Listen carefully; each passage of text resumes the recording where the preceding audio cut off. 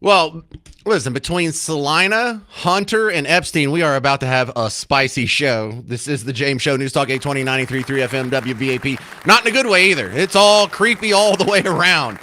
It's going to be a real creepy 3 hours. Actually, this is just going to take up about the first 2 hours of the show. But I'm starting off with the Epstein list here on the James Show because Trump finally addressed it, and not because it was voluntary. There's about to be a vote that's forced in Congress.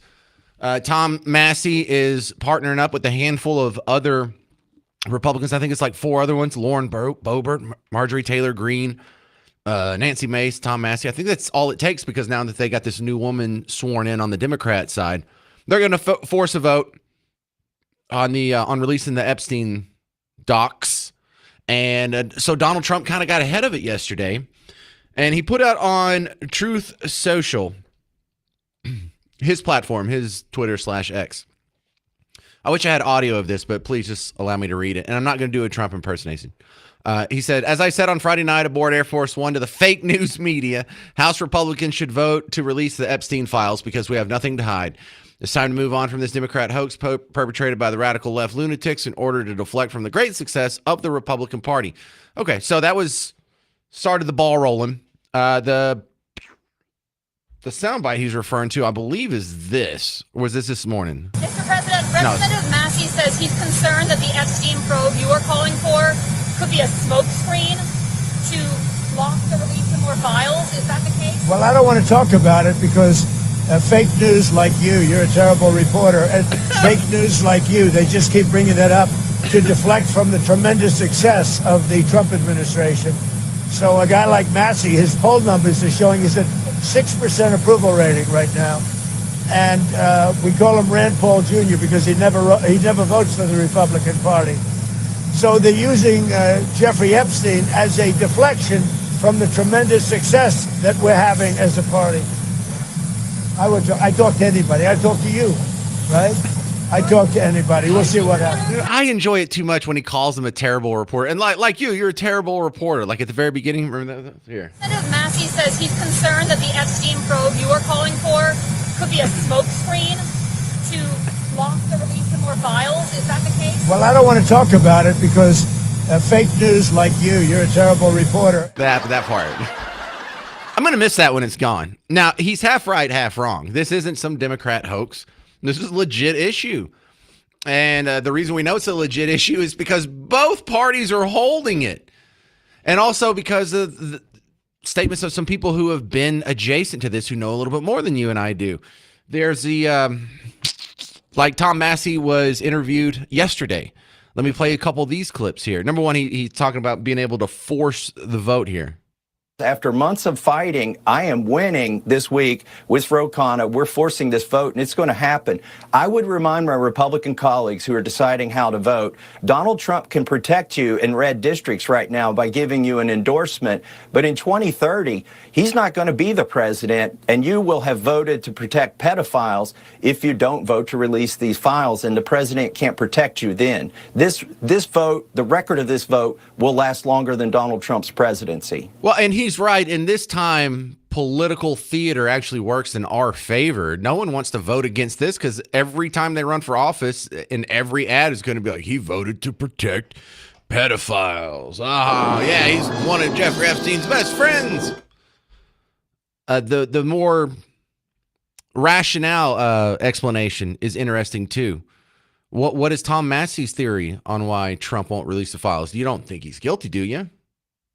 You know, I've never said that these files will implicate Donald Trump, and I really don't think that they will. I think he's trying to protect a bunch of rich and powerful friends, billionaires, donors to his campaign, friends in his social circles.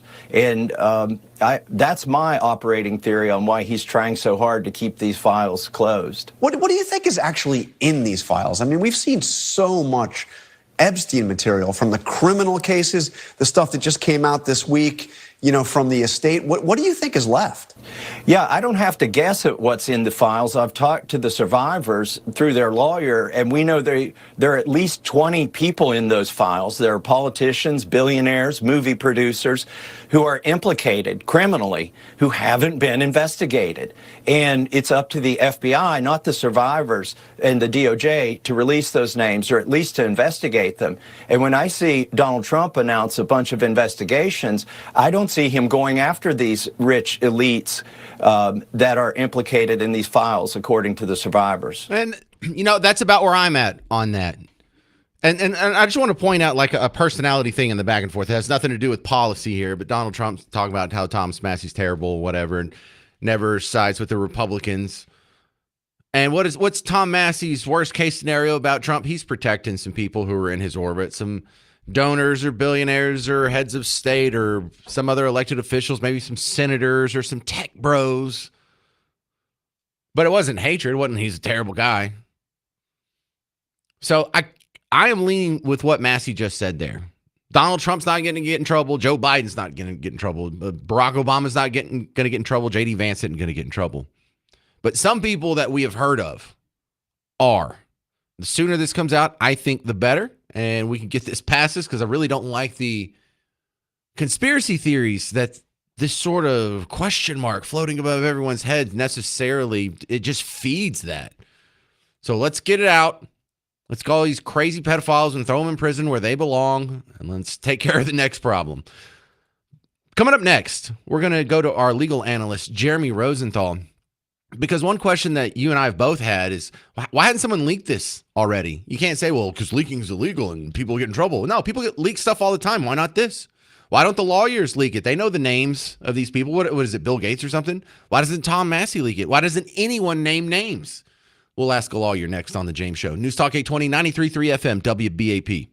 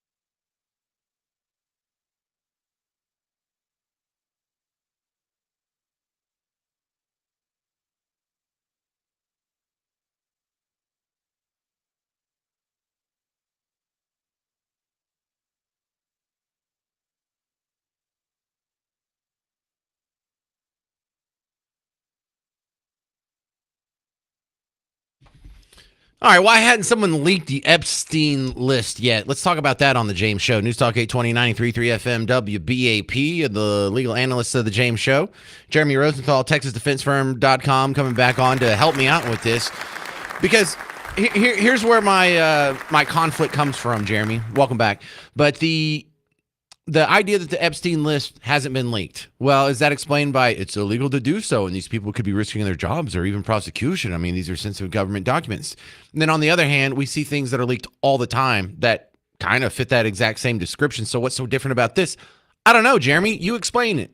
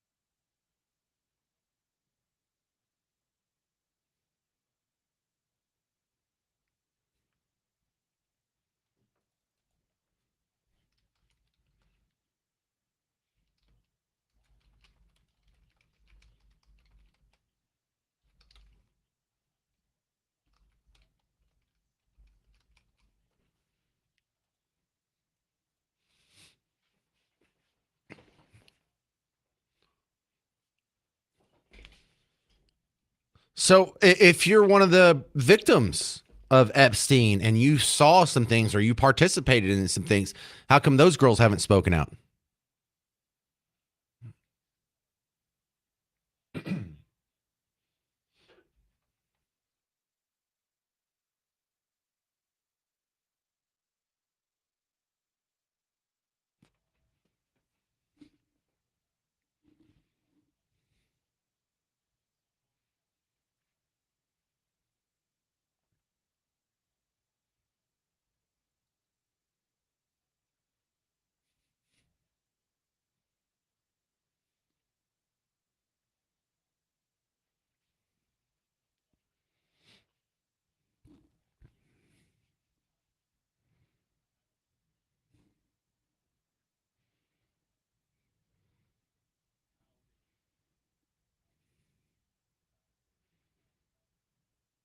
Well, I don't want to fuss them for not leaking. I feel like if I was in that position, or there's so many girls in that position, maybe one of them would have done it. All right, explain to me why. Let's say the lawyers who observed the Ghislaine Maxwell case and actually had some of the names named in front of them. Why don't they speak and say, "Well, you know what? I heard about this guy, and this guy." What keeps them clammed up?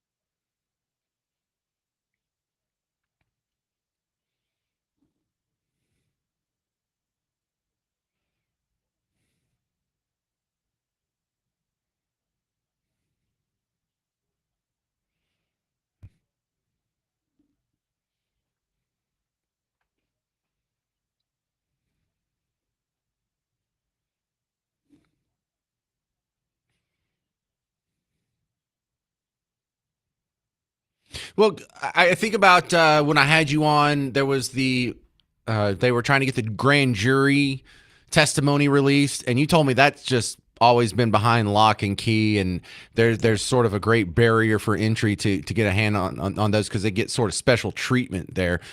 So I thought you were going to give me an answer like that.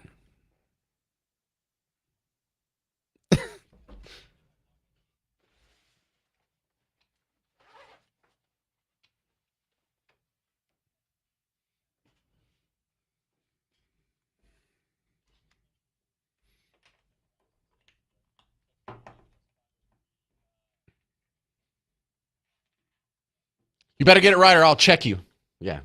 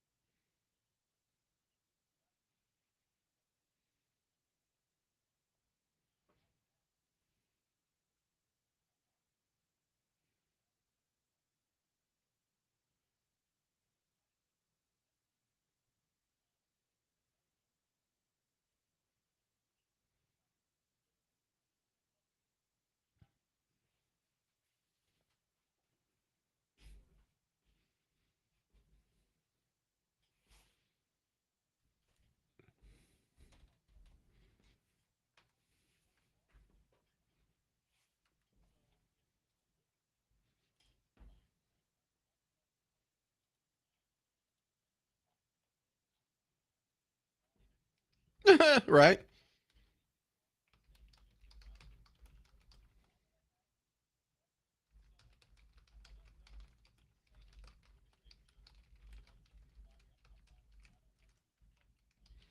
Minnesota, yeah. Fantastic wrestler too. Don't believe it was fake. All right. All right, we're talking with Jeremy Rosenthal from TexasDefenseFirm.com. He does our legal analysis on the James Show. Now, let's say there was a case out there and I wanted to get evidence from it. Is there a process to do that? Is there like a Freedom of Information Act request or a public records request? Like the Epstein list? Dang.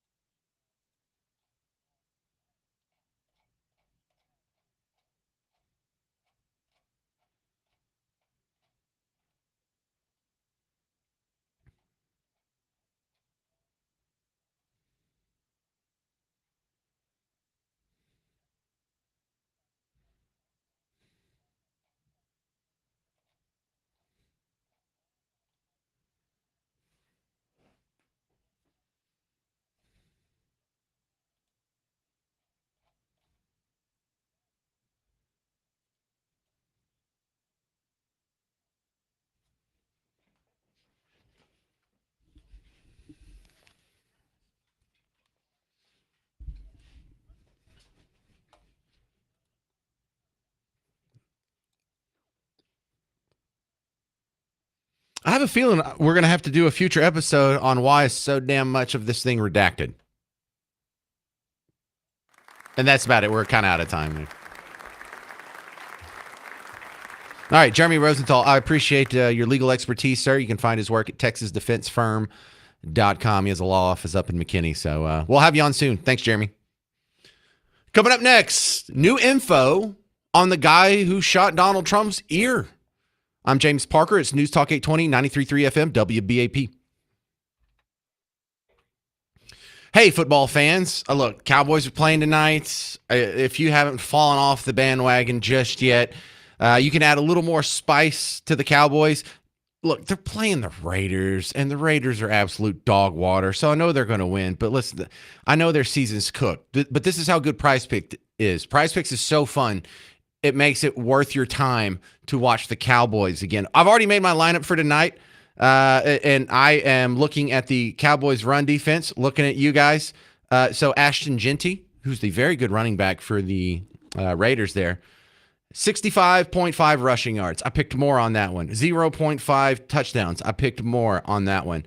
Javonte Williams, our awesome running back, 75.5 yards. I picked more on that one because the Raiders defense is terrible. And then 0.5 touchdowns. I picked more on that one. So I have 4 in my lineup. It could be 2, it could be 6, but you can win up to 2,000 times your money. I'm putting up $20 to win $110. So that's how it works. And if you're new to the Prize Picks app, download Prize Picks, use promo code WBAP. You get $50 in lineups with your first $5 lineup. So download Prize Picks, use promo code WBAP. Get $50 in lineups with your first $5 lineup. Prize Picks, it's good to be right.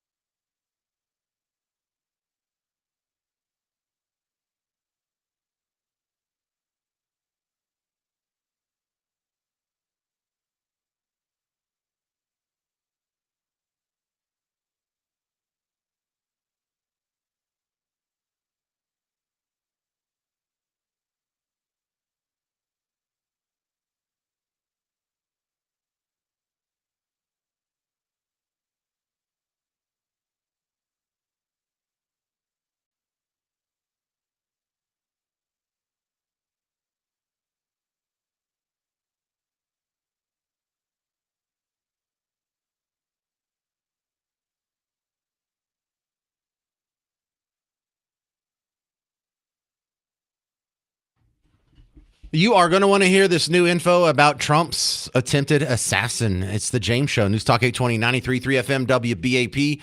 I am your host, James Parker. And there's a report that came out today from Miranda Devine at the New York Post. Miranda Devine. If that sounds familiar, she was the lady who broke the story about Hunter Biden's laptop back in October of 2020. Remember that? That was a big deal. And I was going to talk about her. In fact, we'll probably talk about her again later on the show today because she was brought up in an interview with Hunter Biden that I saw last week that I'm going to be bringing to you. And he calls her a working lady, but an uglier word for it, which we're allowed to say on the radio, just trying to be respectful here. But the new info about the would-be Trump assassin, the first one, the guy that actually shot his ear, needs to be put in some context here. Because July 13th, 2024, that's the day of the shooting. The FBI director at the time told Congress that there was nothing in Thomas Crooks's online history that pointed to a motive or a political ideology.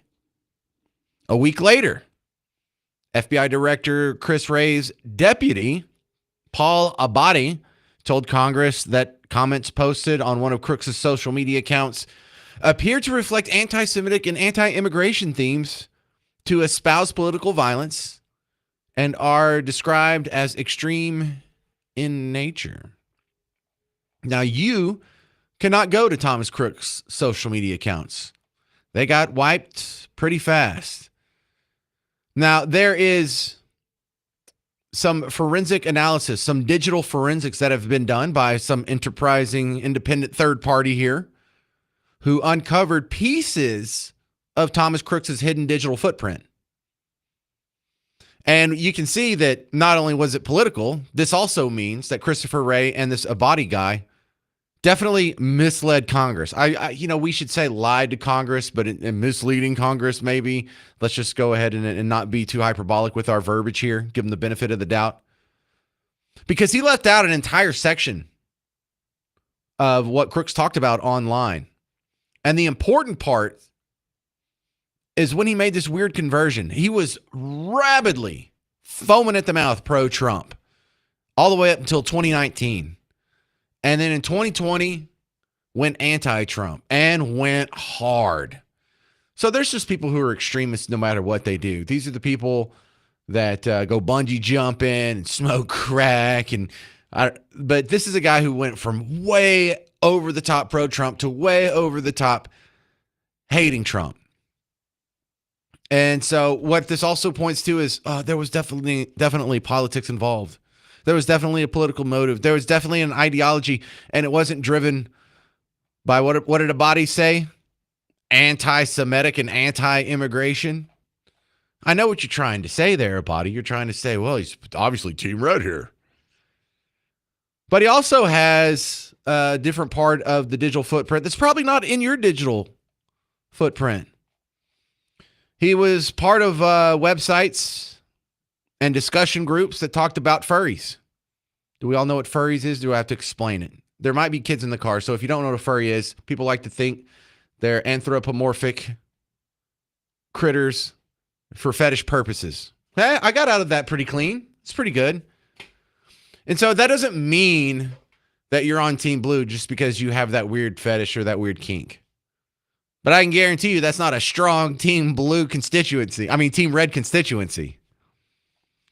But this is a guy who, if we ever did see the rest of this social media output, you would see him call Trump as racist. You would see him call Trump supporters as a cult. He'd say, how can you people call other sheep, but you are too brainwashed to realize how dumb you are? That's him in February 2020. I mean, literally, you guys sound like a cult sometimes. That sounds like it could have come from Thomas Crooks. Sounds like it could have come from Rachel Maddow. Sounds like it's probably something that they say about every 30 minutes on CNN.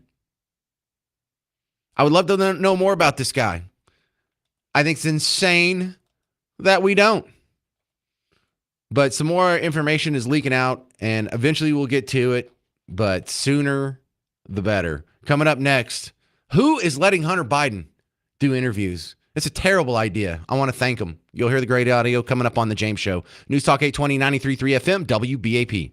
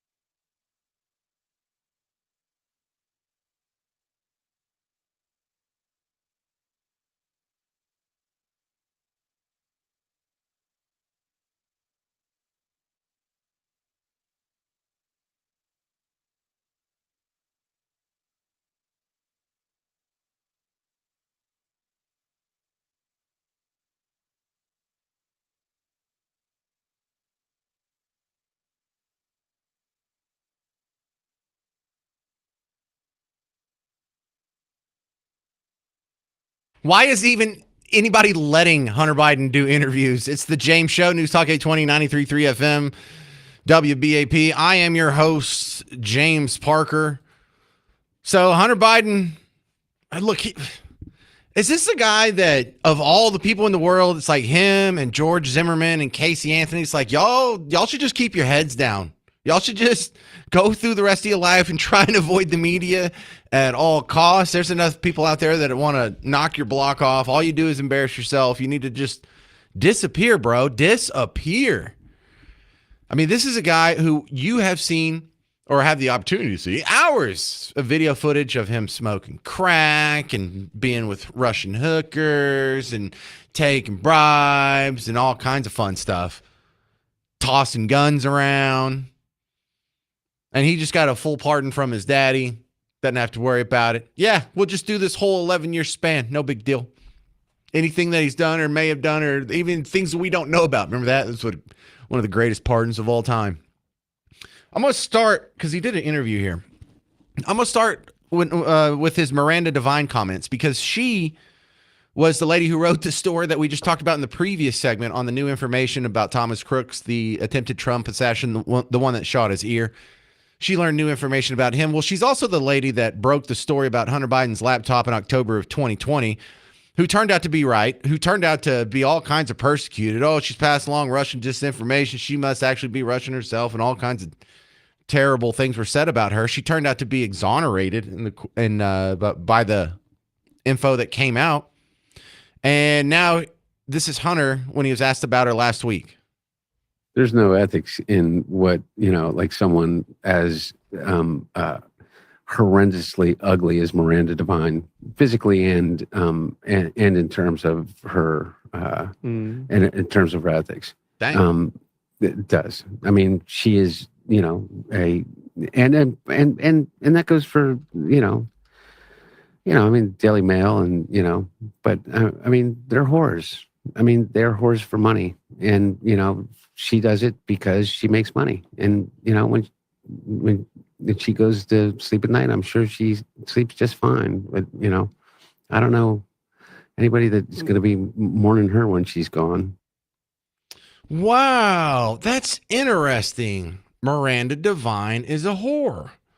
That's something that gets some people in trouble sometimes if they use language like that about a woman who's not doing anything wrong, who's just doing her job, who's actually turning out to tell the truth when everyone else was lying about her. In fact, she wrote a book about it called Laptop from Hell. Do you remember the great Rush Limbaugh? You want to go back in time there? You remember like one of the biggest scandals, the one that rocked him the most. And I know this because I was on a Rush Limbaugh affiliate at the time. Remember when he said that Sandra Fluke girl, he called her a prostitute? That was just, oh my God, unconscionable. Oh, is it really unconscionable, or did you just hate Rush at the time? Is it really unconscionable to refer to women as whores or prostitutes? Because, do you think I have the receipts here? Of course I have the receipts here. Audiotron 3000. Do your work, sir. Give me Rush Limbaugh saying Sandra Fluke is a prostitute. What does it say about the college co-ed Susan Fluke, who goes before a congressional committee and essentially says that she must be paid to have sex? What does that make her?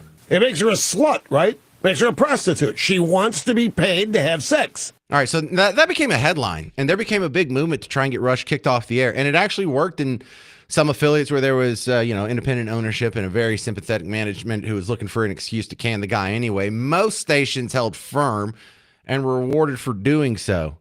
But he lost all kinds of sponsors. There's big campaigns that were thrown up against him. We had there were phone banks that were set up where people would go to each one of the stations that he was on, listen to who came on during the commercials, and then call all those companies and say, you have a woman hater that you're supporting with your ad dollars. You need to remove it now, or we will never do business with you again. And it could be someone who's in Seattle or someone who's in Kalamazoo, Michigan, calling a company in Richardson. But, they'd get all freaked out. And it really hurt a lot of radio stations. There were a lot of advertisers who pulled their dollars. And, most of the advertisers weren't shocked by it because they knew it and whatever. But there were a whole bunch of people who didn't like Rush Limbaugh anyway. And they were kind of pensive about spending their advertising dollars with Rush Limbaugh because, I don't like him politically, but this is good for business and there's a good return on my investment here. So it's the right thing to do for the company. And I'm only doing this because it makes dollars and cents. But now I just can't stand it anymore. How is that different than what Hunter just said about Miranda Devine? Here's where it is a little bit different. I actually have audio of Hunter with a prostitute. He calls Miranda Devine a whore. Well, here he is arguing with the prostitute about the weight of his bag of crack. No, I just weighed out the bag. It's 2.06. 2.07 without the bag. So how long is... 2 point. Yeah, okay, come on now. You short me. And here he is doing a CYA video with a Russian prostitute. If you pay close attention, you can discern her accent. Saying, are you okay? Have I ever hit you? This is obviously like a covering his butt for the lawyer scenario. Sweetheart? Hey. Hey. Are you okay? Everything fine? Are you hurt in any way? Any way? Are you hurt? Hey. Is anything hurt on you? Anything? I was literally saying, I'm sorry that it took so long to give you $10,000. $10,000? $10,000 on a hooker? Oh my God. That's like what I spent on my car. I know I'm not that affluent.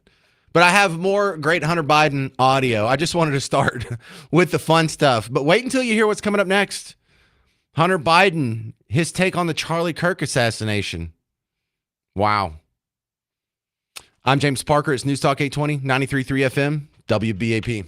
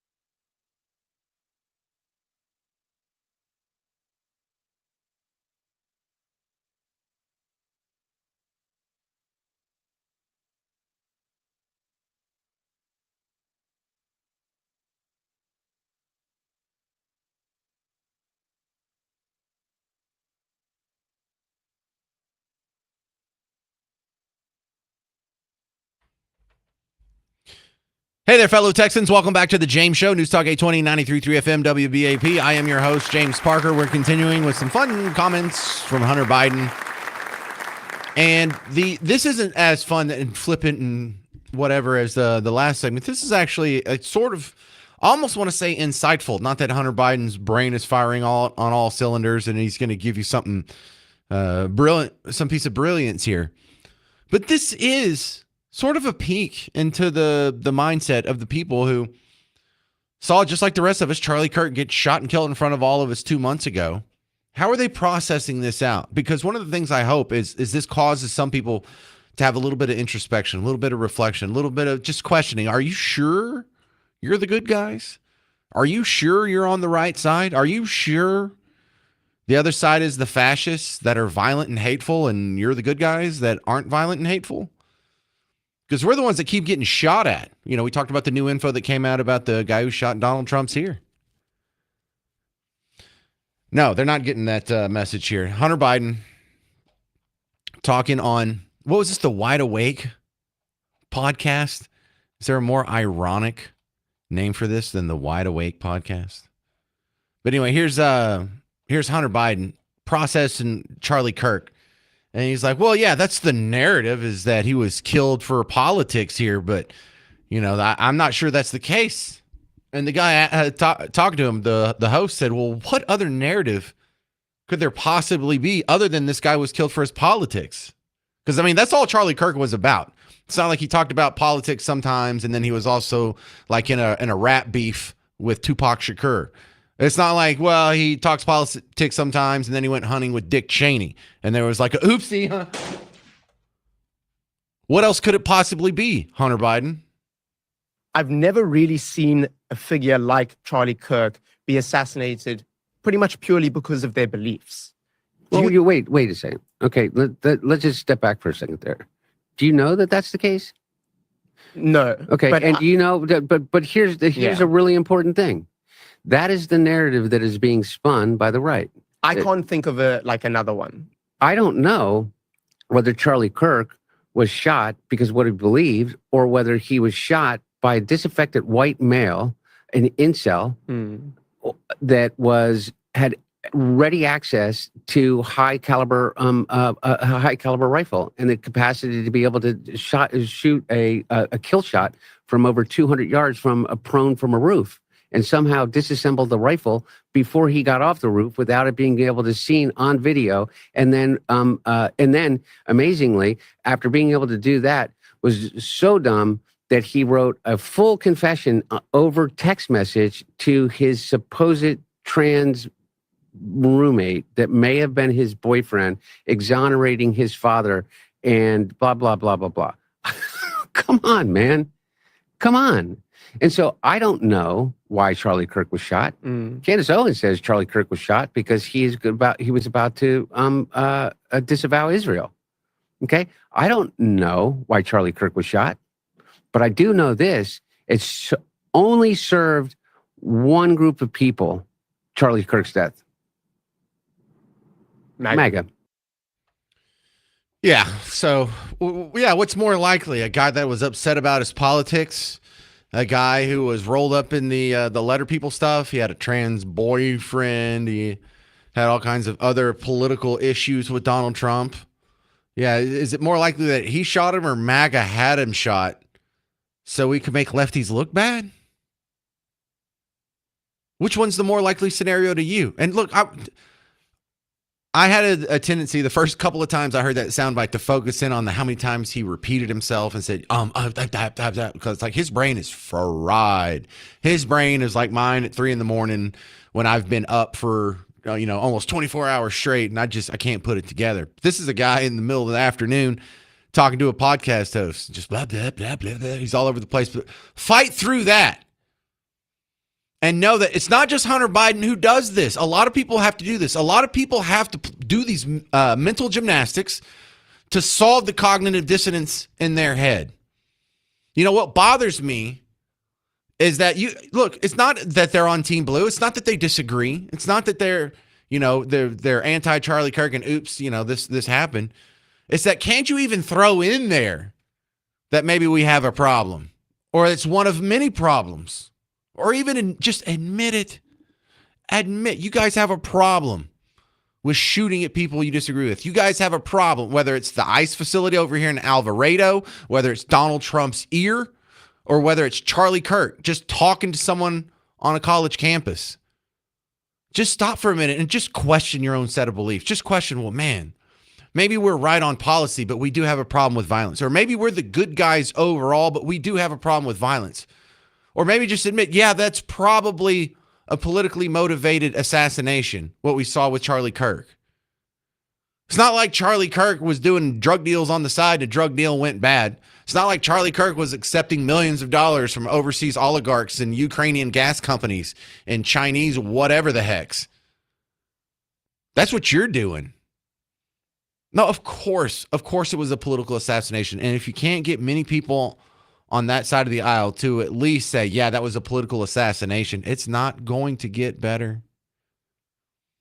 So that's one of the disturbing things that I think we learned from the Hunter Biden interview is that's what's going on in a lot of your friends' heads right now. Do you have that? Do you have like a sister or a daughter or an old college roommate or a guy at work and they're on Team Blue? And you just wonder, like, how can you still think that you're the good guy? How, after Joel Osteen's church getting shot up and all these other churches getting shot up, after the Catholic schools getting shot up, after all the attacks, the stabbings on the train, after all the violence that happens with the BLM riot, after the Dallas cops getting shot up, after the Dallas cop ambush last year, how can you still think that you're the good guy? You're the party of slavery and Jim Crow and Trail of Tears and segregation and different toilets and water fountains. Come on, wake up. So Hunter Biden's appearance on the Wide Awake podcast, also just incredibly ironic because it's called the Wide Awake podcast, especially after that answer. Good Lord. Okay, coming up next, we're going to take a quick look at the headlines that are affecting your money. Trump says the economy's doing great. His critics say it's doing terrible. We'll talk to Preston Brashers from the Heritage Foundation and find out who's closer to correct. 800-288-9227. I'm James Parker on News Talk 820 93.3 FM WBAP.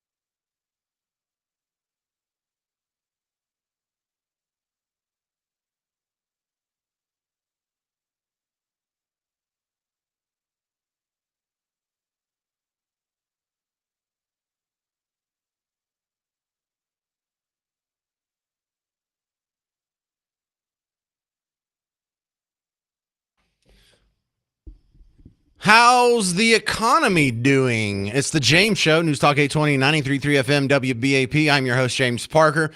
Such is the problem with having just in the tank anti-Trump media is if you go try and look up normal news sources for how's the economy doing, of course, it's the worst ever. Oh, it's Sodom and Gomorrah, Caligula, dog and cats living together. But it doesn't look that bad. I mean, stock market's around all-time highs. And unemployment's pretty low historically speaking. Inflation still running kind of hot, but more under control than it was for the last 5-6 years almost. So let's ask Preston Brashers from Heritage Foundation his thoughts. Just generally speaking, before we get into some of these more specific topics, would you say the economy's going well, Preston?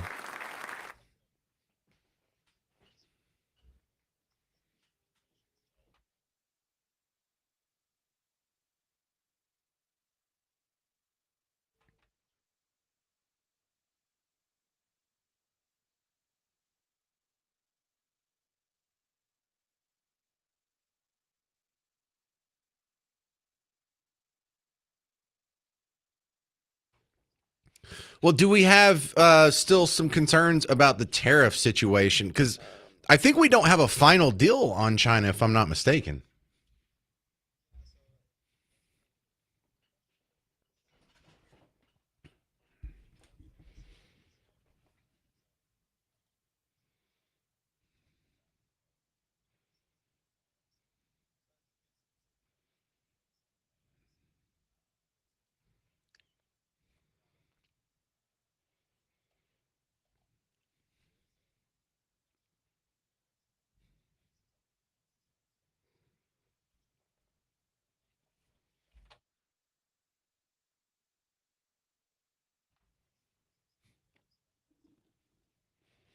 Well, Donald Trump says grocery prices are already much lower than the Biden era. And I would say on some products, he's accurate. On other products, like beef, not so accurate. Is that a fair statement to make? Or can you even put, such a general term on something? Grocery prices are lower than they were.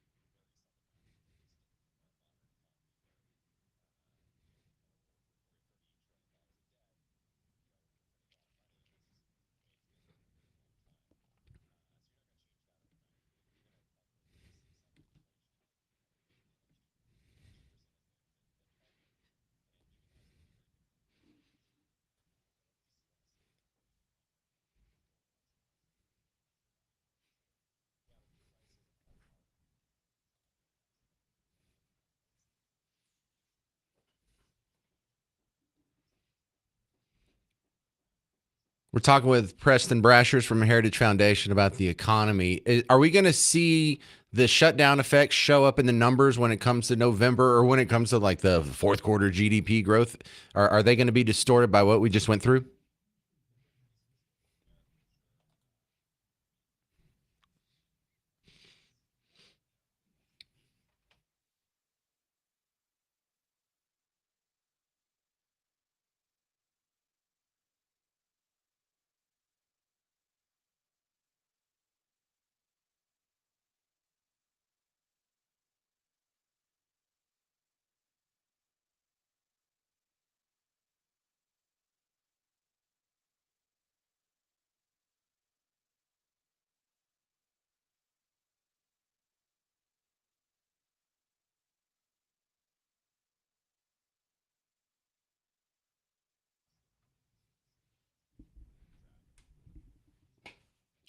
Preston, I also saw that the stock market just did not care a whole lot about the shutdown at all. Does that make you feel a little more robust about the next shutdown debate that's going to happen around January 30th?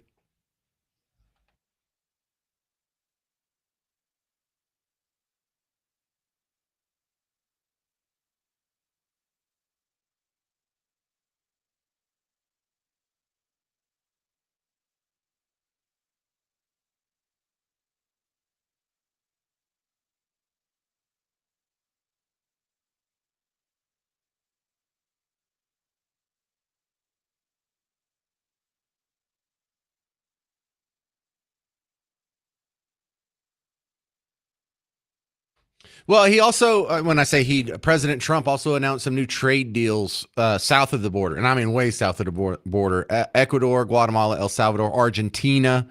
So, I mean, these aren't big gangbuster economies, and it's not going to rock the world. But could it help with things like, I guess, beef prices and maybe coffee?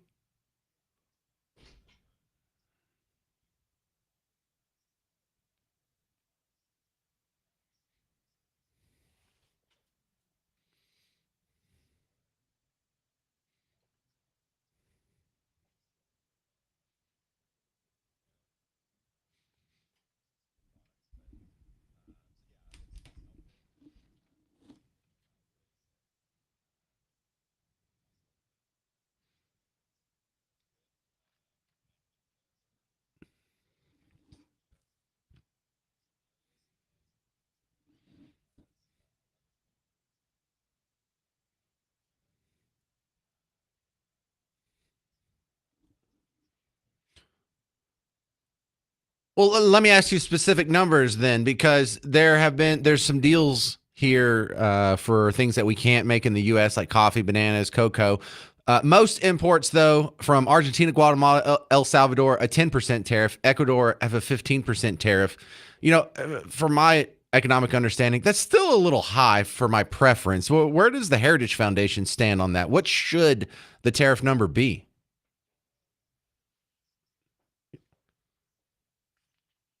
You don't have a default position?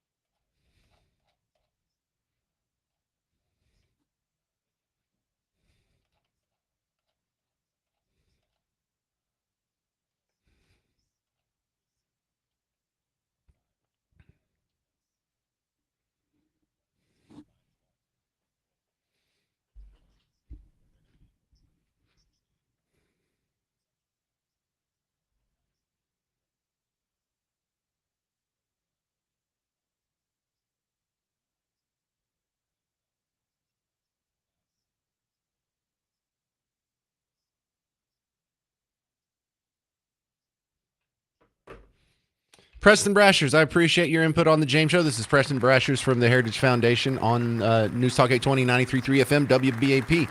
Hey, moms hanging out in the carpool line coming up.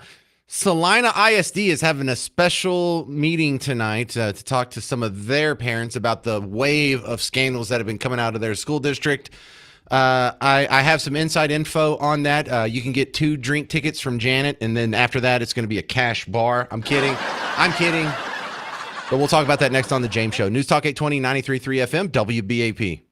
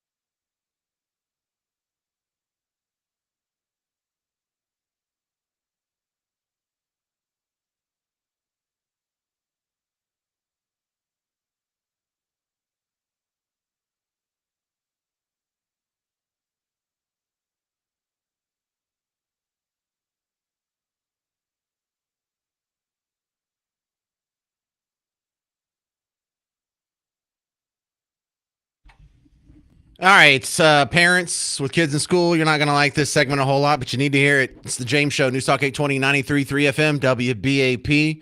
You know, I hate these stories because I'll be happy-go-lucky, skipping through my day, just high-fiving people in the hallway. And then I hear stories like this, it kind of ruins your mood. And I don't even like to say this stuff on the air. So I'll let Cambry from Texas Scorecard do the heavy lifting. She's going to start talking about a school that's in Edinburgh, down in the toe in the RGV. But in the second half of this, she's going to talk about Celina. So a student says she was forced by a head football coach to perform physical exercises completely nude. This time it's Edinburgh CISD. Now father says head football coach Ernie Alonso forced his son to do strenuous exercises completely naked. And when the kid tried to cover himself, the coach allegedly made him stay nude. And what did the district do? Now, according to the lawsuit, they held a meeting, admitted it happened, apologized, and then sent the kid right back into practice under the same coach. No suspension, no accountability. Why? The lawsuit says it out loud. Political connections. The coach's buddies are in administration. And the cherry on top, now they're claiming government immunity. Now, meanwhile, another school district, Celina ISD, is facing lawsuits for a coach allegedly making kids do nude jumping jacks. This is happening across Texas. Y'all parents are supposed to just smile, trust the system? Absolutely not. Let me end with this. If Texas school districts spend half as much time protecting kids as they do protecting creepy, politically connected coaches, our students would be safer, our schools would be cleaner, and these administrators might actually have to earn their salaries for once. And for additional context, Celina ISD also had another employee in trouble for inappropriate relations with minors. 2 teachers that had got in trouble for coming to work drunk or being drunk at work.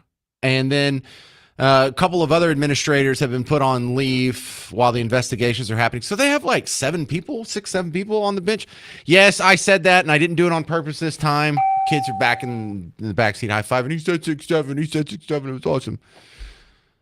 So they're having a meeting tonight to discuss all this. And I don't even think they're focusing on the drunk teachers. I'm like, drunk teachers aren't really the problem. We have bigger fish to fry right now. WFAA. Meanwhile, also happening tonight, Celina ISD's board is set to meet for the first time since even more teacher arrests have taken place and since federal officials have charged former Celina teacher and coach Caleb Elliott. The former teacher now facing charges of sexually exploiting minors. He's facing 8 counts, 1 for each student he's accused of coercing. Now, this comes as families of those victims have filed lawsuits against the district. There have been 6 Celina ISD educators either arrested or put on leave in the past month. Tonight's meeting set to begin at 6 o'clock. Board members are expected to discuss Elliott and the lawsuits, although this will happen during closed session. All right, we're going to fire up the old wood chipper here. The James Show has an official wood chipper for situations just like this. You want kids to do naked exercise in the wood chipper. Go. There you go. Oh, God. Clogged up my engine on that one. But yeah, that's where they need to go. We don't need to have meetings about it. We don't need to get the bunch of parents in a room. We need to take these guys. We need to make examples of them. We don't need to turn them back out on the streets. We need to do something about it, make it public. And look, I don't know what goes on in the heads of these guys. Like, do you think you're not going to get caught if you're doing crazy stuff like this? You think, how many kids are you going to do this to? One of them's going to run their mouth. And so it's not rational. Even if you do have those urges, it's beyond rational.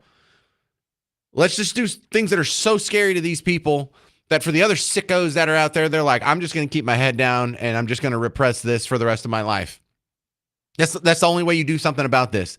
That's the only way you minimize. You're never going to get rid of this. We live in a fallen world full of human beings, and we are not in the Lord's domain. We are in the devil's domain. There's going to be imperfect people out there. The things that we can do is try and make this as minimal as possible. And how do you do that? You make an example out of these guys. This dude that in Edinburgh that was making the kids do the things that Cambry described, he has to go back to practice with that exact same coach. Where's the dads? Dads, what are you doing? And look, I'm not advocating. I cannot legally and ethically speaking use this platform to go out and tell you to do something illegal. But I'll tell you, I wouldn't be surprised to hear and to report on you one day that suddenly this coach from Edinburgh stopped at a gas station, got boxed in, and some dudes beat him up with baseball bats. I'm not saying I want that to happen. I'm just saying Don't be surprised if it does.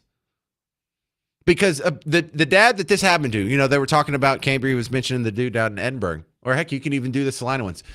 Those dads haven't killed this guy yet or hit him with the baseball bat or a tack hammer or a poleaxe or anything like that.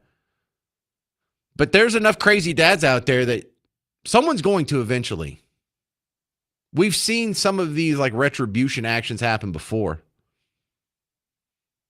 And as illegal as that is, as immoral as that is, it could serve a better purpose. Do we have to start roughing these guys up ourselves if the criminal justice system isn't going to do it? I'm not saying we should. I'm just saying that could have that criminal activity could have a positive effect in minimizing, because I'm tired of telling you these stories. So also up at Celina ISD, the DPS are already planning a checkpoint at the exit. So because they drink a lot. The meeting in Celina tonight is brought to you by Miller Lite. And I heard there's an after party at Heyday's Bar on the Square. If you're going to the meeting tonight, let me know how it goes. Don't let me know how it goes, please. That was all tongue in cheek.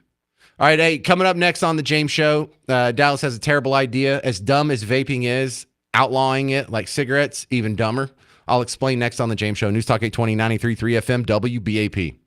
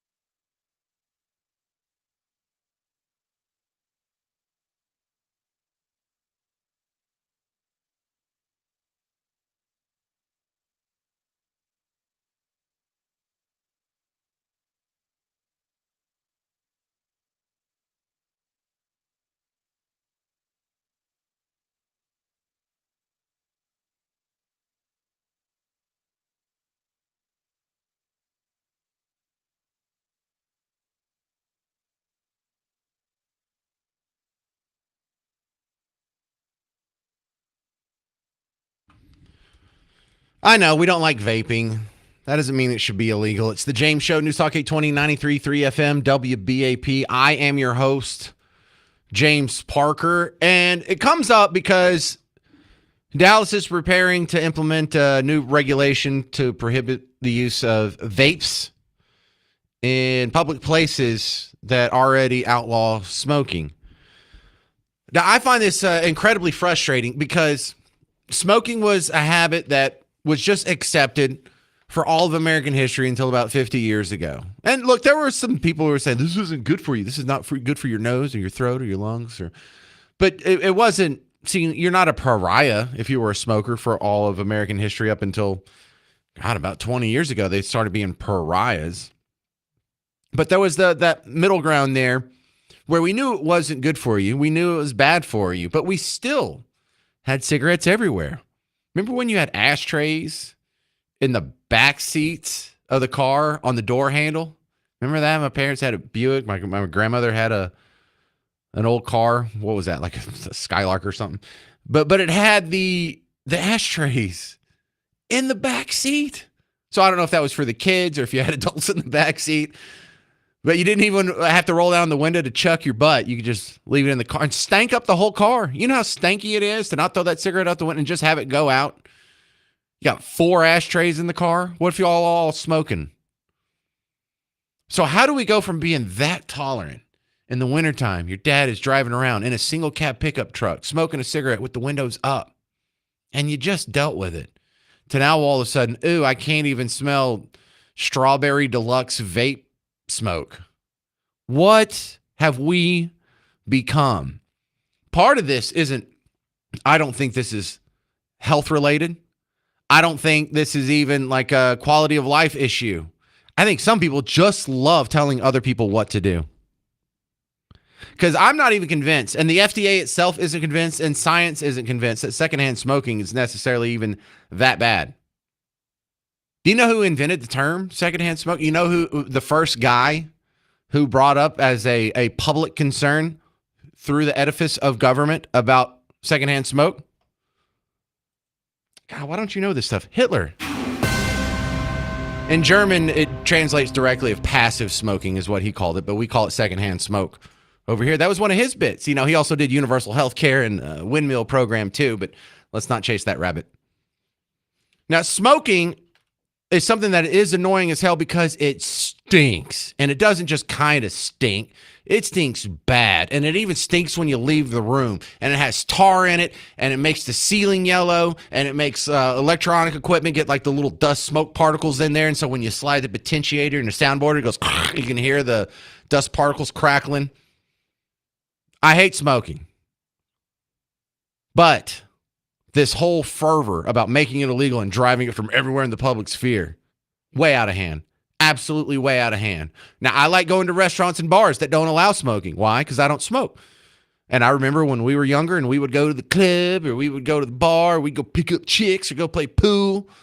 You would come home smelling like you were a Marlboro cigarette. You would come home smelling like the Marlboro man like swallowed a grenade and then blew up in front of your face. It was terrible. It was God, and I don't miss those days. But I stand firm that the only people who should be making the rules on whether or not you allow smoking in a particular building is the people who own it.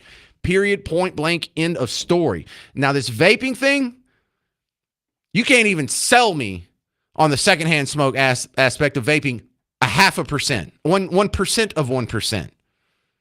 I'm not even sold on secondhand smoke for regular tobacco, but for vaping, the only cost to you, the only price that's paid by an involuntary third party is smelling it. And it's not as bad. It doesn't stick around. Hell, half the time, it's kind of nice. Wouldn't you like to smell like a grape dreamsicle or whatever the hell those flavors are? Or that one's probably outlawed by now. So I don't know where this fervor's coming from. Is there anyone going down to City Hall saying, man, we got to do something about all these idiots vaping? It's so annoying. No, I know people that would like to have a chat with City Hall about homeless folks down here in downtown Dallas or harassing you whenever you exit off the freeway. I know there's people who have concerns about being so much in debt and your property taxes are skyrocketing. I know people who have concern about crime or getting shot on the DART train. You know, 3 people killed, what was it, like just this year in the last couple months? I know people are concerned about 8,000 other things before they get to vaping, yet this somehow gets passed in the law. Who's the anti-vaping crowd? Who are you people? Because I hear from some of them on an individual level. Well, they'll say, that's not good for you either. You'll get popcorn lung, and you could stop it and it won't reverse. And there's 18-year-olds that have died from this. Leave them alone. Then let them do it. More people are dying from sugar than vaping every year. I don't see outlawing Skittles. And when I say from sugar, I mean people die from obesity and hypertension and diabetes and all these other obesity-related illnesses. And we're not trying to outlaw a chocolatey Eclair. If these dorks with their stupid clothes and their hoodies and their bad attitudes and they're hating their dad, if they want to vape, let them vape. Let them be miserable in the corner, just vape. Or I don't know, maybe it'll be cool one day. I just don't understand where people care. Why do you care if people are vaping? Right? Because I have to smell it. Do you have to smell it? How close are you standing to vaping people? And maybe you could just have the conversation with them. It's like, hey, I really don't like that smell. Could you not blow that in my face? Why do you have to control their activity? Maybe you have bad breath and I don't want to smell that. Do I outlaw your throat? Of course not. Sounds stupid, Parker. Do I think I should be able to make people do mouthwash if they're going to stand next to me in a restaurant or in a bar? Outlawing a smell, huh? Outlawing a vape smell. I thought this was America. Not to quote South Park for the 100th time, but I thought this was America. What do you think about the public vaping ban? Because the city of Dallas is already doing it. I don't know how to fight it. I feel like I'm way outnumbered on this one. But the city of Dallas will prohibit vaping in any public or enclosed area where smoking is already forbidden. This is why we talk about slippery slopes. No, you can't give the city the control over whether or not you have smoking allowed in your buildings. Why? Well, because it's not going to stop there. Oh, it's a slippery slope fallacy. Well, now it's not. Treating e-cigarettes the same way it treats conventional tobacco products isn't going to save anybody's life. It may save a couple of sniffs here and there. But where does this end? Do you own your business or not? Do you own your building or not? Do you have control over your own private property or not? And it's not just us. San Antonio banned vaping. Austin banned vaping. Houston banned vaping. We're just the next one to fall. Because Dallas policy right now also restricts vaping within 15 feet of any entrance to an indoor public facility. People, mind your own business. This is a fine up to $500. Mind your own business. Or can someone defend this? I promise I'll be respectful. 800-288-9227. 800-288-9227. Coming up next, well, I am told that everyone who gets SNAP is going to have to reapply for SNAP. And I like the sound of that. I'm not sure it'll be as effective as we hope, but I'll explain myself next on The James Show. News Talk 820, 93.3 FM, WBAP. Hey, homeowners. James Parker here for Rhino Shield. Listen, if your house is looking crusty, if your paint is starting to crack and chip and peel, maybe you're seeing some flaking around the edges, don't make the mistake and paint it again. You want to go with the solution that makes sure that's not going to happen. How do you do that? Rhino Shield. Why? It's some space age technology. Gary will come out to your house and show you how it works. It's this two-part. It's going to blow your mind. Like the primer coat, the first thing they go on, actually before they do the primer, they seal your house top to bottom. The prep work's immaculate. If you have any holes or boards that are flawed, they'll fix them for you because they want it fixed right and they want it to be sealed properly. And they'll do that at cost. They seal up your house. Then they do the primer, which is like a really thin kind of crepe. It's almost rubbery. It kind of stretches, which explains how it expands and contracts with your house. It breathes, and that way it doesn't break apart and crack and flake and peel. And then the coating that they put on it is like a nanoparticle ceramic coating that it's in a little jar. and like the little film canisters, and Gary will shake it for you, and it'll slosh around like a liquid. But you put your finger in there and you pull it out, it's 100% dry. It's just really, really tiny ceramic particles, and it's the same technology like they use on the space shuttle or for rockets when they're re-entering the atmosphere. Why? Well, because it has a great insulation value. It reflects UV rays. The same thing it'll do for your house. It'll keep your house cooler in the summer, warmer in the winter, so it'll save you time and money, and you can just eliminate the idea of having to repaint ever again. If you're worried about the price, I can help you in 2 ways. Mention the James Show, you get 20% off through the holidays. And then also, if you don't want to come up front with all the money, they can do financing for you and get you down to like, I don't know, 160, 170 bucks a month with Rhino Shield. So call Gary, get him to come out, give you a quote, show you how the technology works, and I think you'll like what you see. Go to rhinoshielddfw.com.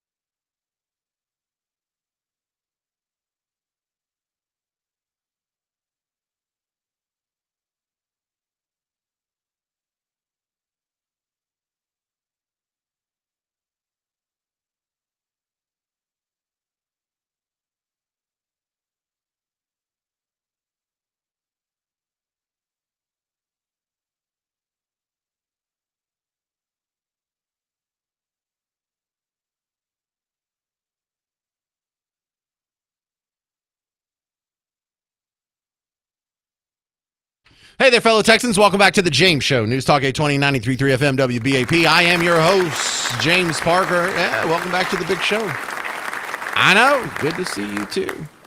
So we were talking about Dallas is expanding its public smoking ban to vaping. I am definitely against it. I don't like vaping. I don't vape. I don't want my kids to vape. But really, I have a hard time caring. I really have a hard time telling other people what to do. I don't even like the smoking bans on actual cigarettes, and I hate cigarettes. I hated going to bars and leaving smelling like a cigarette. But you know what I like more than I hate cigarettes? Freedom. I like freedom more than I hate cigarettes. I like people having private property and being able to control their own rules. Because look, there was a marketplace that was opening up. I remember before they did the ban, there were bars out there that were smoke-free already. And there were more that were getting on board with that. And I think pretty soon, even without the ban, we would have had most, if not all, bars be smoke-free, unless you want to have a cigar bar or it was like a really white trashy bar or something to that effect.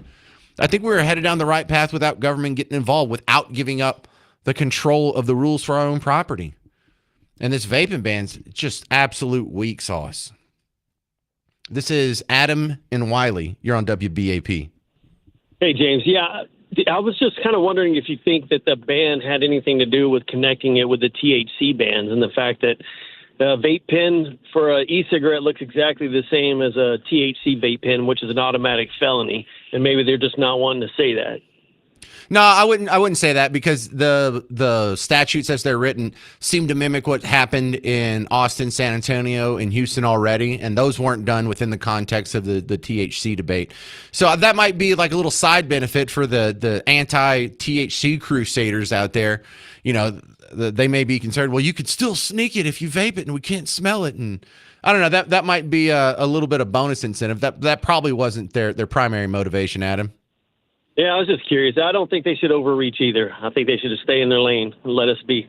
Well, look, a lot of people say that. I want to go in the other direction. I want to say we should get rid of the smoking bans, because it's not going to go back. We're not going to have every bar smelling like an ashtray. We got too used to being able to go to bars and not stink when we leave, that I think I would choose. I know Miss Parker definitely, if we were going out and we could choose between the smoky bars and the non-smoky bars, we would choose the non-smoky bars. But I feel for people who like to smoke. There's still like 17% of the population that smokes. Shouldn't they be able to have a place where they can go? And if you do want to smell like just a Marlboro Man when you leave, that's fine too. I mean, it's not that I feel sorry for them. It's just I would like for them to have their preference as well.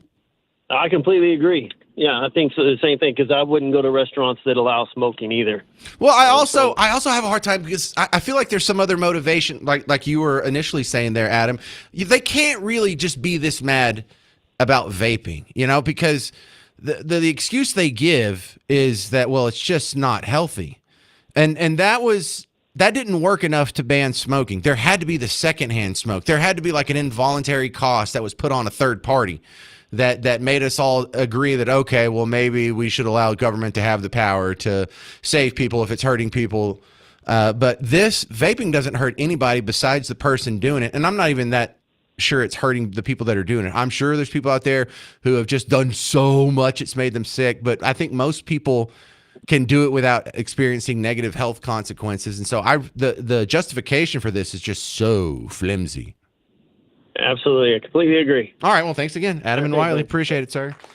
All right. So what do you think about requiring people who are on Snap to all sign up again? I don't know. Again, this is better than what we have, where people can get on it and just stay on it for a whole generations. You know, grandma, mom, and daughter are on it. We had those viral videos going around. But shouldn't we just get rid of the program altogether if it's so flawed, if there's that many people that are misusing it? Now says that everyone who's on Snap. I'm sorry, this is Fox and Friends Weekend Edition. Now says that everyone who's on Snap is going to have to reapply. Now, this happened, of course, when the government shut down and there was, the SNAP benefits were not getting out to the people. For 42 million Americans. For 42 million. Well, we people thought Americans. Inside the country. People is probably the better. Yep. People. And so Brooke Rollins, we had her on, and we had a great conversation with her where she said, hey, listen, this whole SNAP benefits conversation around the shutdown has sort of pulled the curtain back, and people are seeing how many people are on SNAP that aren't actually citizens, and they're going to have to reapply. What do you make of this? I think it's all right. Hey, let me tell you what. I love the idea. But I just think we should get rid of it altogether. I like the idea of letting the American people know just how abused it has been, how many dead people are getting it, how many people are double dipping, how many people are getting more than one SNAP benefit. Are they doing it across state lines? Are any of these people going to go to jail? I think there's a lot of accountability to be had in this, but ultimately it shouldn't be, well, we need to restrict it or we need to be better stewards of the taxpayer dollar. How about we just have the government get out of the charitable food business? I think that's the lesson here. 800-288-9227. 800-288-9227. Coming up next, the Cowboys have a game tonight, and John Ingham will tell you about their chances. I'm James Parker. It's News Talk 820, 93.3 FM, WBAP.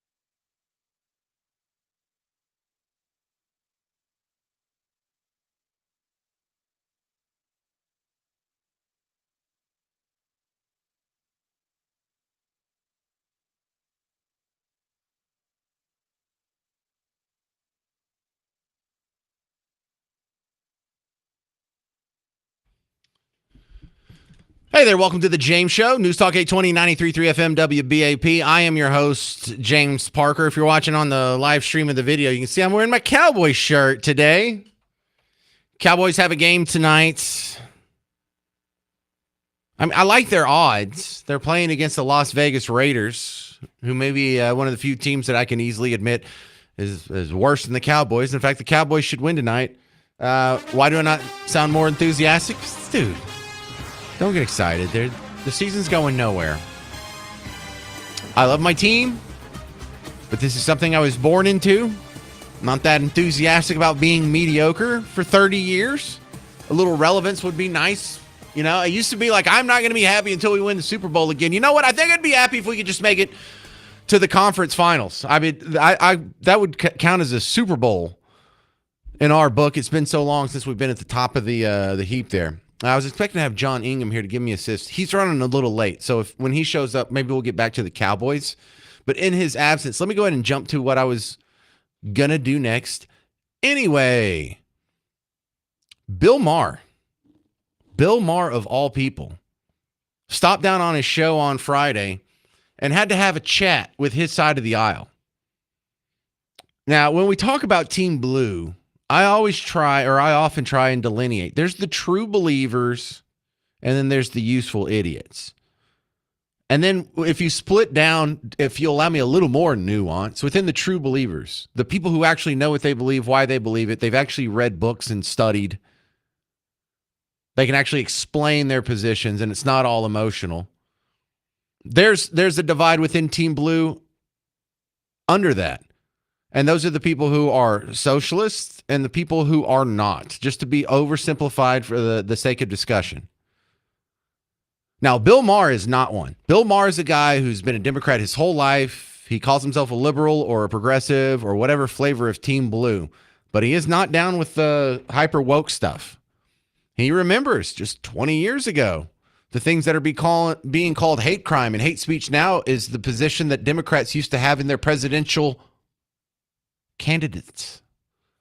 Remember, Barack Obama, when he was elected, did not support legal gay marriage. We have reels of Democrats saying we need to close the border and illegal immigration is bad. He remembers that. So he gets a lot of credit. When I talk about, the Team Blue people who haven't lost their mind, he's one that comes to mind. Another one, Mark Cuban. But the ones that are off their rocker, the woke crowd, we're talking about the AOCs. We're talking about, I don't even know if I put Jasmine Crockett in that crowd, but the Bernie Sanders, AOC, Bernie Sanders, and now Mom Donnie. And Mom Donnie just comes out straight up says, hey, I'm a socialist. This is great. I am a democratic socialist. That's him in his victory speech after he won. Now, democratic doesn't change anything about his economic policies that have been proven to fail every time they've been tried in history. Oh, you just put democratic in front of it and all of a sudden it becomes okay. It's not the same failed policies that we saw all over the 20th century and then rolling into the 21st century. So I just think it means so much more when this argument comes from someone who's on Team Blue. Because of course I'm going to say it. Of course you're going to say it. People on Team Blue will be like, yeah, you're going to criticize anything that guy does. But when Bill Maher says it, they need to listen. This was Friday. Because socialism, to put it simply, just doesn't work and has never worked. Kids think that stuff that happened before their appearance on the planet didn't really happen, but it did. We've run this experiment many times, and the results are always obvious. Here's capitalist South Korea at night from space. Here's socialist North Korea. Yeah. In 1990, Venezuela was wealthier than Poland, but then Poland, finally free of Soviet-style economics, went all in on capitalism, and now their economy is as big as Japan. And people there have high wages, low inflation, cars, vacations, homes. Meanwhile, Venezuela traded capitalism for Hugo Chavez's socialism for the 21st century, which turned out to be like socialism in the last century or any century, a fucking mess. Sorry about that. Somebody said a bad word. So we will go to John Ingham. You can hear him on WBAP on the weekends here. John, we were just lamenting the Cowboys. They're playing the Raiders tonight. I mean, I like their odds to win this game, but I'm running out of care for the rest of this season, John.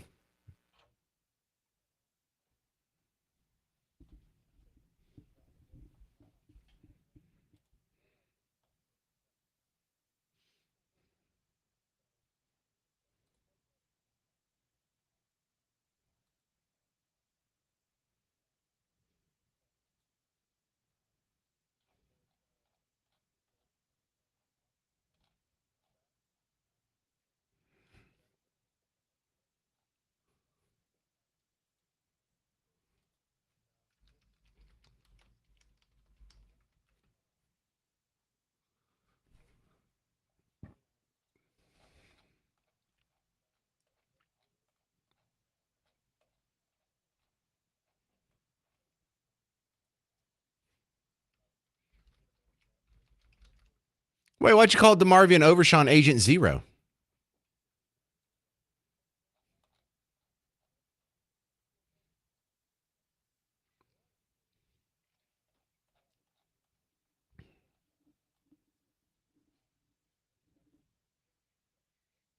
I keep an eye on him because he's from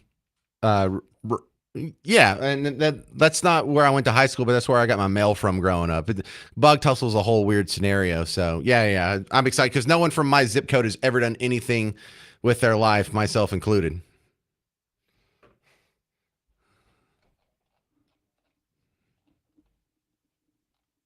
Mm-hmm.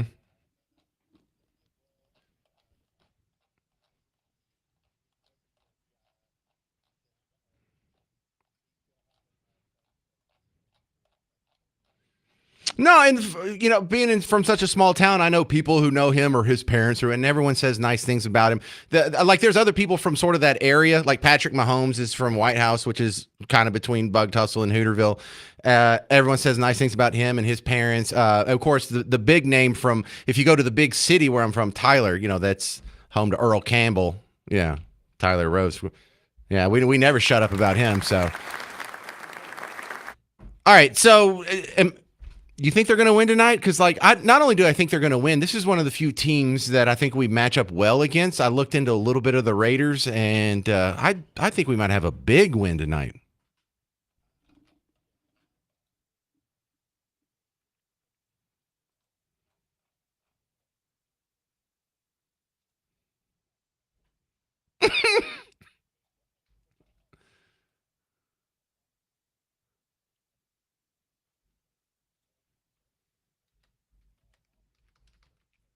Exactly.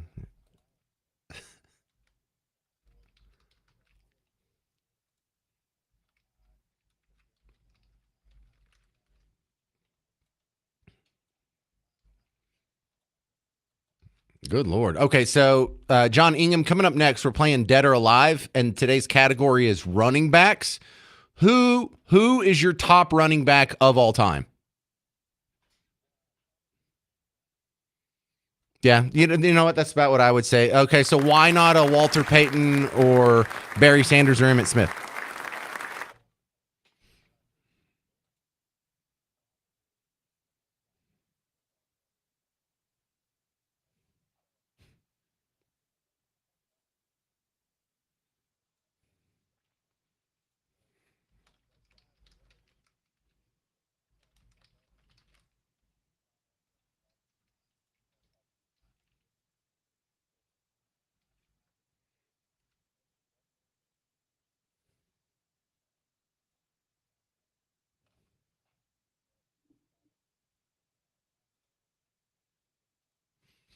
Absolutely. All right. Thank you very much. There's John Ingham. You can hear him on the weekends on WBAP. And we'll talk to you soon. Probably be sports related again. Thank you, John. Coming up next, Dead or Alive, the running back edition. We're playing for a $50 gift card to Eatsy's Market and Bakery. So if you want some food on the house, call in right now. 800-288-9227. 800-288-9227. Dead or Alive next on The James Show. News Talk 820, 93.3 FM, WBAP.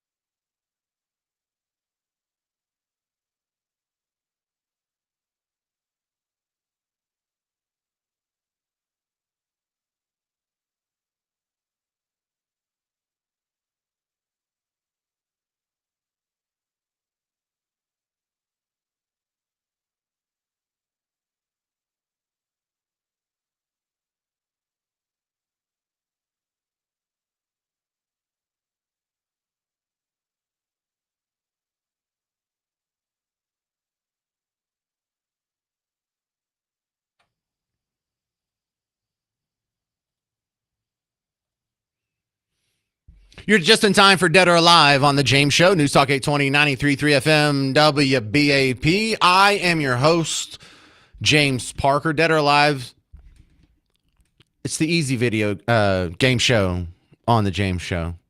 I'm going to give you 10 celebrities or names that you should know. You have to tell me if they're dead or alive. That's it. Now for the intro.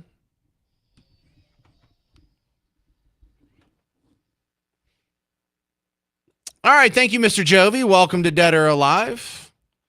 Today's edition, thank you.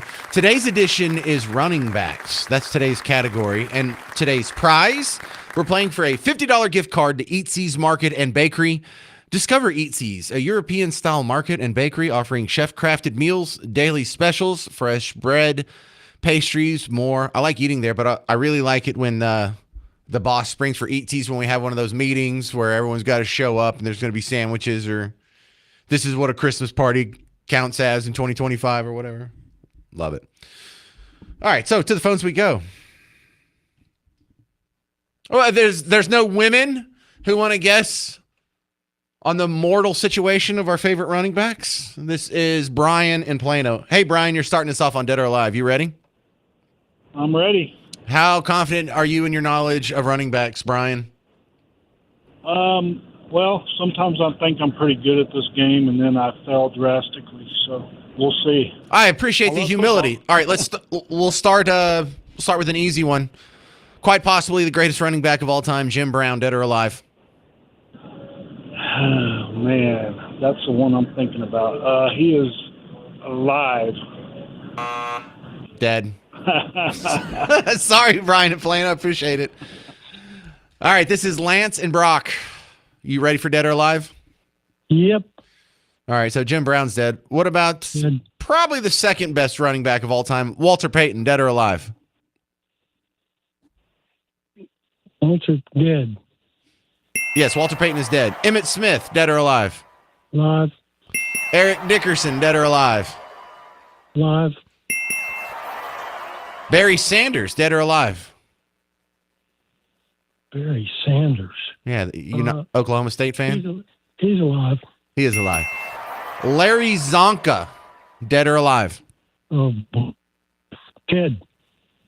No, he's still alive. I mean, he's old as hell, but he's still alive. Thank you very much, Lance.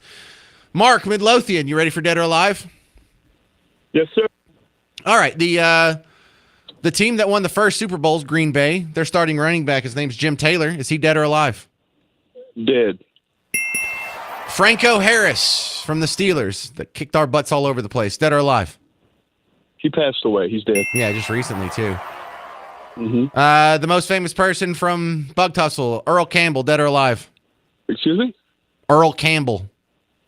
Earl Campbell's very much alive. Tyler Rose. Yes, sir. And thank you for saying that. That means so much to those of us from Bug Tussle. It's the only way y'all have ever even heard of our town. And finally, this is Mark and Midlothian's favorite running back, O.J. Simpson, dead or alive?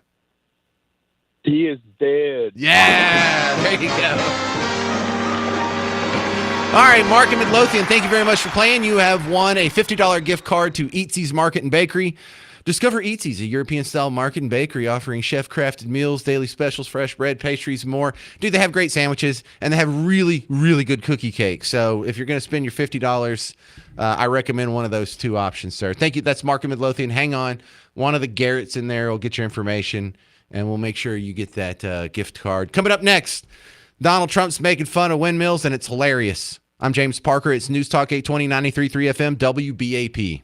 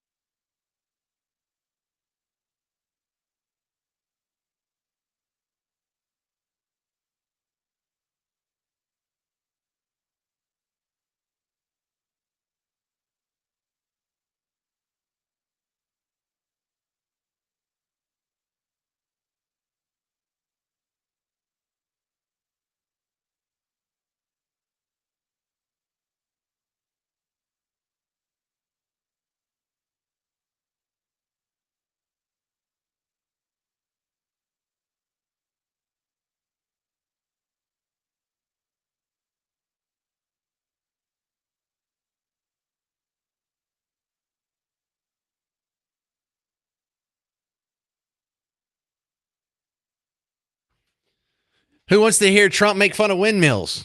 It's the James Show, News Talk 820, 93.3 FM, WBAP. I am your host, James Parker. Now, I want to stress that we're not playing this just so we can dunk on him like, yeah, Trump was mean to someone and isn't that funny? The point of this soundbite and the point of this lesson that I'm trying to get more people to absorb here is that this doesn't just apply to windmills. This is an economic reality that happens across the spectrum in other industries as well. Because, look, you're right about the windmills. When the whole windmill experiment was getting geared up and, 20 years ago or so when they were saying, let's start subsidizing windmills, we need to switch to windmills. Now, the free market didn't like windmills because it wasn't reliable. It was expensive. Coal and natural gas and hydroelectric and nuclear and just about every other avenue was cheaper to create energy other than windmills. And we were saying, look, you can build these all you want, but it's not going to work. You're going to have to continually subsidize it, and you're going to be very disappointed with the results. So here they didn't listen to you. They built them anyway. They have terrible results. But the lesson here isn't that we should dunk on them. Ha ha, we were right, you were wrong. The lesson is, these other economic arguments that we're having right now, the same thing applies. Our predictions versus their predictions. Our predictions on what would make medical costs go down, what would make your healthcare costs go down, what would make your health insurance premiums go down. We're having that discussion right now. Some people are saying more subsidies, aren't they? That's what this whole shutdown thing was about. We need to extend the Obamacare subsidies. We got to extend the Obamacare tax credit subsidy. Has it worked ever before? Did it work for electric cars? You realize we've been subsidizing electric cars for 20 years now. And what are we, like 3% of cars out there are electric? After we spent trillions of dollars subsidizing it, 3% is all you got? So the point isn't that windmills are bad. It's that government subsidies are bad. And actually, to be more positive about it, the free market is a better approach than government subsidies. The free market gets it right when government subsidies do not. In fact, if it was a good technology, you wouldn't have to subsidize it. I think that is the ultimate lesson here. But now that we have all that set up, let's hear Trump make fun of windmills. He's talking to some journalist from the Great Britain, GB, this morning or whatever the show is. But he's talking about Scotland specifically and UK generally. And you're destroying your country with windmills all over the place. I mean, I fly over Scotland and I fly over parts of the UK in helicopter a lot. And I'm looking down and I see these gorgeous fields being destroyed by windmills. The most expensive energy you can get. It's intermittent because if it's not windy, you don't even get it. But to put up those things means you lose millions of dollars every time you put up a windmill. You lose millions of dollars because they don't make money, they lose money. You're supposed to make money with energy. And you're putting up windmills all over, you're killing all the birds, by the way. They're ugly as hell, they make noise, they're very unsafe, and they produce, every time that thing goes around, it loses money. And some people say, well, I mean, the profit motive shouldn't run everything. Yeah, it should, actually. Profit motive has its flaws. It's not perfect. But it has definitely proven itself to be better than letting politicians control such decisions. But look at how many times this happens. How many times we get to a fork in the road and there are predictions made. Your predictions turn out to be correct. Their predictions turn out to be wrong. But they don't let go of them. This is all based kind of on climate change, when you talk about electric cars and windmill technology and solar and other things like that are subsidized. But this isn't, stuck with just the carbon footprint type stuff. I mean, this is kind of thinking applies to DART trains, applies to bike paths, it applies to healthcare, it applies to just about anything that they want to subsidize. Remember when they were subsidizing ethanol? I remember this was a flare-up that happened at the beginning of my radio career because, I don't know, that's when I became more coherent than ever and just started absorbing everything. As we were being told that, hey, we've got to get off this evil fossil fuel, and we have this stuff, ethanol, that works just as good, and it comes from corn, which is renewable, unlike fossil fuels, which isn't renewable, and it's a finite resource, and this isn't. So we're going to be switching over, and we'll just speed up the process that'll naturally happen for us to switch over by subsidizing it in the meantime. Did we ever switch over? No. But you can say the same thing for electric cars. You can say the same thing for solar panels. You can say the same thing for windmills.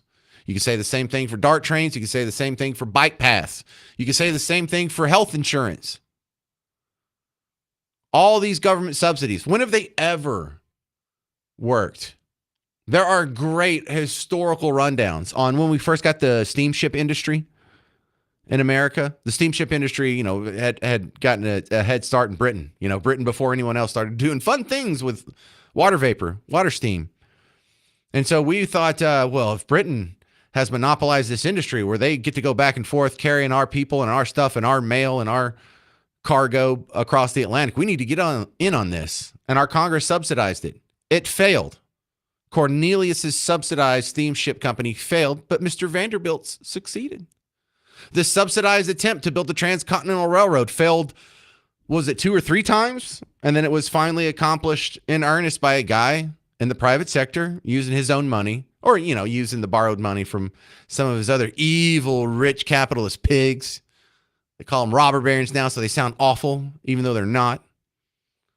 So that's the real lesson here. It's just fun to hear them make fun of windmills right to their face. But it's also kind of embarrassing, because I don't know if you've ever driven to El Paso or Lubbock or whatever, but we got windmills all over this state.